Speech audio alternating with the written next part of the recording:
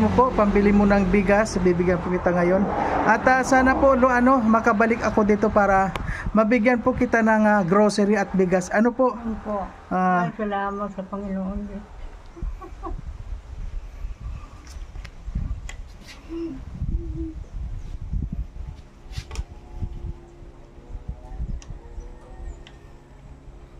Salamat sa Diyos.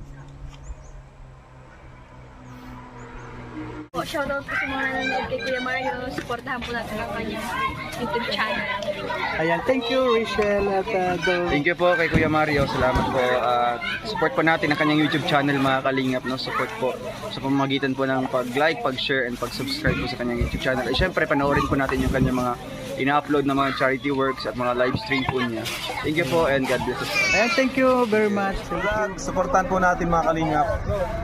Marius. Vlog, yan, supportahan natin. Mario's Vlog, thank you very much mga kalingap.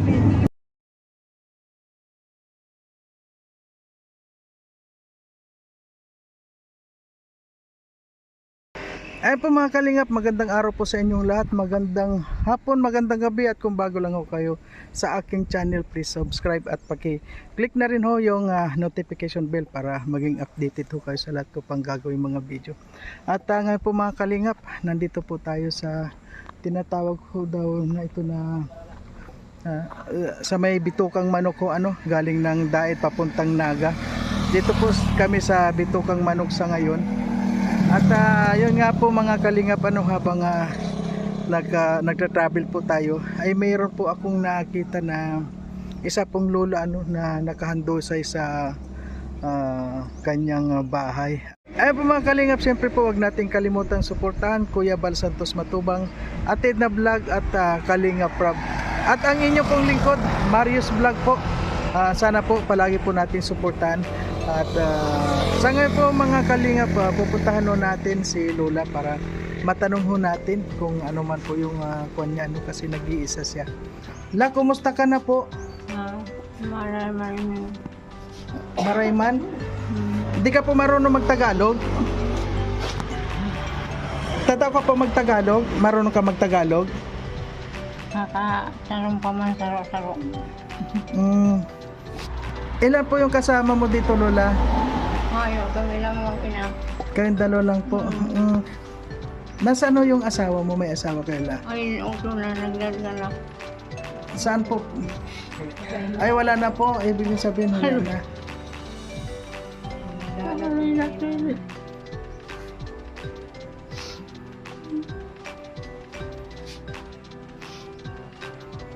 Ilang taon na pong nawala yung asawa niyo? Kami na, mapito na. Ay, bago lang po Itong taon na. At ngayon po ay, kuha na po kayo, 77 years na po kayo. 77 years old na po kayo.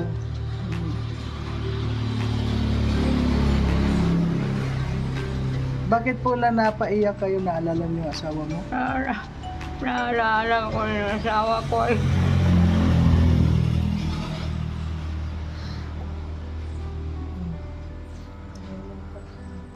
Nalulungkot din po kayo dahil mag-isa na lang kayo. Nalulungkot ako. Ama ko, ina na patay ko na. 3. Pangapatid yung asawa ko. Tapos, Ano pong pangalan mo, Nay? Ano pong pangalan nyo? ang pangalan ko, Opo, Rosita Madriaga. Rosita, 77 years old. Hmm. Ilan po yung isa lang po yung anak mo? Lima ni. 5 yung anak mo? Oo. Opo. Tapos, may namatay. Madaling salita po, yung anak nyo nasaan po yung patay na po? Patay na. Patay po. Hmm. Hindi lang po kita kukunan ng camera. Yung tatanungin, sagutin mo lang po yung, hindi po kita kukunan ng camera, sagutin mo lang po yung tanong, walang problema ganun. Ano po kuya yung nangyari po sa anak ni Lola? Sabi niya namatay. nag-ano po ito, nagdakula si Tulak. Lumaki yung tiyan. Malaki ang tiyan niya. Na paano po lason? Ano? Awang ko lang po kung laso. Ibig sabihin na yung ilan ho kayo magkakapatid? 5 po, 5. 5. Tapos namatay na yung dalawa. O, 2. Dalawa. Nasaan pa po yung 3 pa ang buhay. 3 pa? Opo, nasaan Yung isa nasa cruising ng sa Tayo. may asawa na po. May mga pan. Tapos yung kapatid kong isa sa bukid. Ayun. So, ibig kong sabihin yung dalawa yung kapatid na namatay sabay mamatay o Hindi ko ano sabay. hindi naman sabay? Sa buwan rin. Ayun, hindi lang po nalaman kung ano na paano po nalason o ano po. Hindi po na alam kung basta naglaki lang yung tiyan niya eh. Hindi naman kaya na yung ano yun nagalaw. Awang ko po kung nagalaw. Hindi ko po alam yun kasi sayang. Ilan na ho yung edad nila? 50 po kayo itong edad. Ay, ko na rin pala, no? Medyo may edad na. Kaya pala si Lola medyo malungkot, ano? Sige, kuya. Ano po ang pangalan nyo? Sige po. Ayun po, kaya po pala naiiyak kayo, ano, sa nangyari. Ano po? Ayun po kaya pala naiiyak po kayo ano dahil nawalan kayo ng 2 anak tapos yung asawa wala na rin.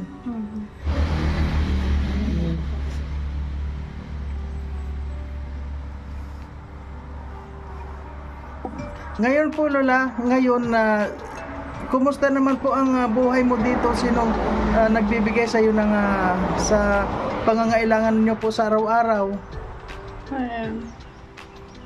Ayun. Ay, meron naman po siyang trabaho. Ay, ako sa bundok. Nasa bundok din po. So, ngayon po wala siyang trabaho. Ayan po mga kalingap, si Lola po talagang emotional po masyado. Ano, dahil nga sa nangyari na yung 2 po niyang anak ay nawala tapos yung kanyang asawa nawala pa rin kaya medyo emotional po si Lola. So ngayon po kumusta naman po yung kuwan ninyo, yung kalusugan ninyo ngayon? Kuya na yung ano? Nakakalakad ka po dito? Hindi na nila malayo, hindi na. Hindi ka na po dito na lang po kayo sa bahay. So, dapat po talaga meron po sa inyo nagsusuporta, ano po. Mabuti naman po meron kayong kasama dito yung anak niyo. Wala akong kasama, patay na ako. Ano po? Oo, dahil hindi na po kayo makahanap buhay, ano po. At yung anak nyo ay hindi naman, buti po nakakasapat naman sa pang-araw-araw yung kita ng anak nyo. Makakuha man. Tulad po sa ngayon, meron pa po kayong mga pagkain, yung kwan. Ayun, Wala na po kayong Sarong kahit ganun tuka. isang tuka na lang.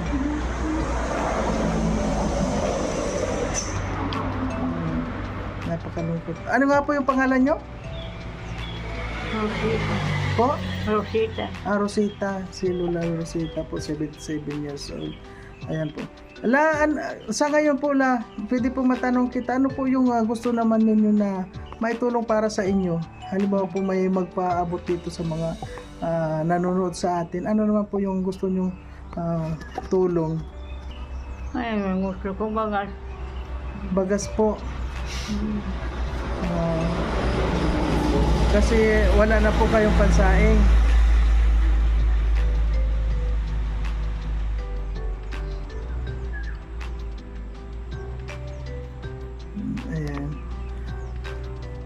Ayan po mga kalingap, isa po ito si Lola sa dapat po nating matulungan at Ito po ang bahay ni Lola mga kalingap. Talagang open din po lahat. Open din lahat.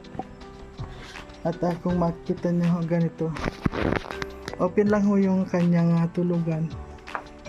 At ito po yung kanyang tulugan. At meron lang siyang ano po dito la, nababasa na po kayo? Nababasa na po kayo dito? Okay. Dito?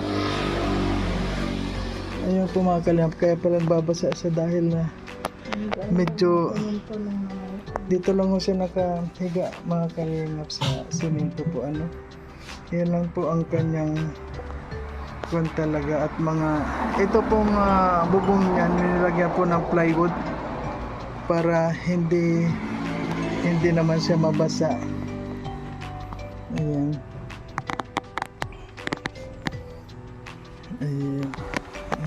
La, sa ngayon po la, bibigyan po kita na muna ng pang-una po panggastos mo po, pambili mo ng bigas, bibigyan po kita ngayon.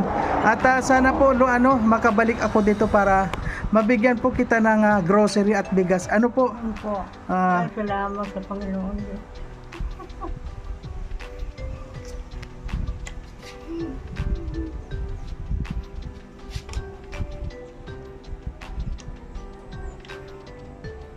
Salamat sa Diyos.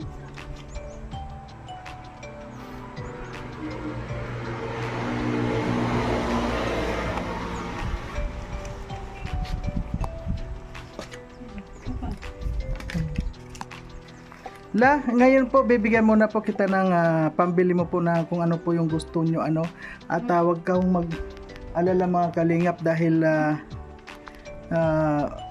may awa po ang Diyos at babalikan po kita na may dala po ako para sa inyo. Ano po? Po na, kunin mo muna ito. Salamat na maraming. Ayan, babalik po ako dito la para mabigyan ko po kayo ng grocery at saka bigas. Ano po? Ano po? Salamat po, friend. Ano po yan lang yung mga na kinakain, nagkakape pa ho kayo, gatas? Ito. Ako yung nakaka-kape. Ngayon yun nandun na. Hindi na pa kayo umiinom ng, bakit po? Wala lang. Pero kung meron po mag-inom pa rin kayo. Ayun.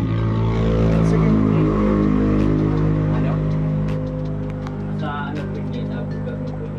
O sige po la, at wag kaunting dasal lang po lala at saka kuan po at babalikan kita la. Bibigyan po kita babalikan kita ng bigas dito. Ano po? Umasa po kayo na babalikan ko kayo. Opo. At yun nga po. Ano pong kahilingan nyo la? Ayaw. Anong masasabi nyo la sa akin dito la? Anong masasabi nyo sa akin nakarating ako dito? Maganda nga may kinabukasan na nagtatawang ginawa. Ayan po mga kalingap, medyo emotional po si Lola. Ayan, mabuti na lang po nakita natin siya.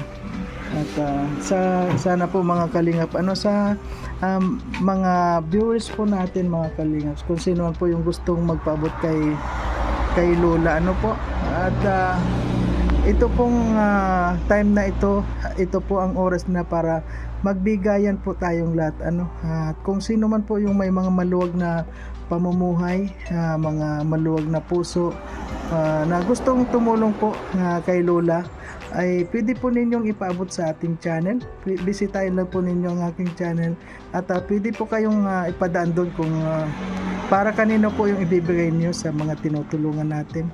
Kaya po mga kalingap, hanggang dito na lamang po. Ano la po? Wala na po kayo masasabi la? Ayaw na naman.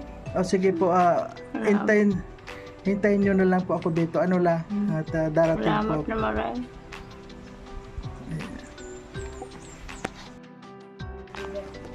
Ayan po mga kalingap, hanggang dito na lamang po ang ating video at nakita naman po natin at kausap natin si Lola Teresita.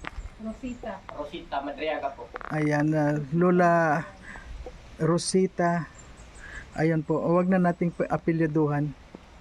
Ayaw kung pag may apelyido, basta may kang kasalanan. Opo. Ayan po, hanggang dito na lamang po mga kalingap. At siyempre po, huwag nating kalimutan suportahan Kuya Bal Santos Matubang, Ate Edna Vlog at Kalingap Rad. At Dodong Roel po, siyempre huwag nating kalimutan lahat po ng mga tumutulong. Ayan. At siyempre po ang inyong likod, Marius Vlog po. Na ngayon nandito po tayo. Anong lugar na to? Nandito na po kami ngayon sa Bitokang Manok. Iyo po. Ayan. Ayan po, marami pong salamat.